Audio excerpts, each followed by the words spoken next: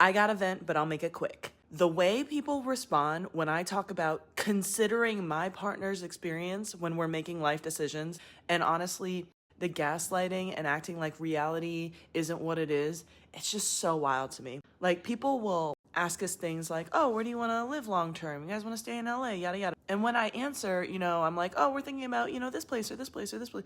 But I also say the most important thing, though, is I have to think about his experience and take that into account. And the wanting to move on from me talking about that point because he's a black man is so wild. Like, suddenly it's like, oh, you're overthinking it, or it's not that deep, or he doesn't seem bothered by it, yada, yada.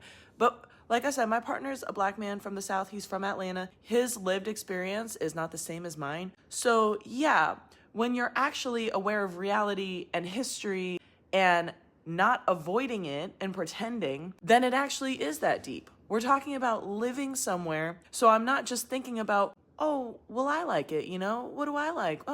I'm thinking, is he going to feel safe? Is he going to feel seen? Will he have community? What will his day-to-day experience be like?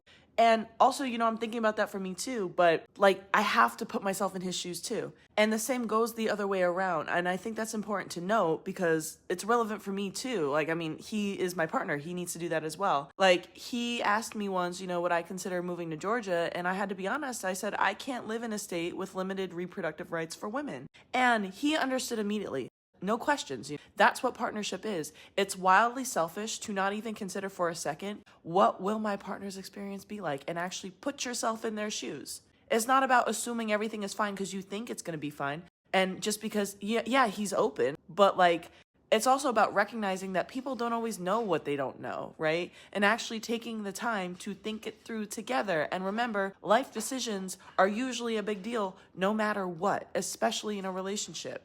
And in an interracial relationship, or when you're thinking about having kids who will be mixed, I'm mixed race, I know about this firsthand, like that matters too, because you can't just think about yourselves. You have to think about the environment that your child is going to grow up in. What will their experience be like? This is something my parents, like I said, I'm mixed race, they kind of thought about it on a more surface level, which is what I see very often, but not enough, not truly in a sense of like, taking into account history and racism, then that created a lot of challenges. And what gets me is how many people just don't even go there. Like, with all that we know now, they don't pause to really put themselves, like I said, in their partner's shoes, not actually, really. And I think that's the bare minimum. I don't think it's overthinking. I think it's care and I think it's love. And perhaps people are just reacting to this mirror per se that I'm holding up, where they're realizing that they're not doing that and maybe realizing things that they need to work on about themselves. But yeah, I just think the gaslighting around and trying to make it seem like I'm the crazy one here and I'm the one being ridiculous and doing too much,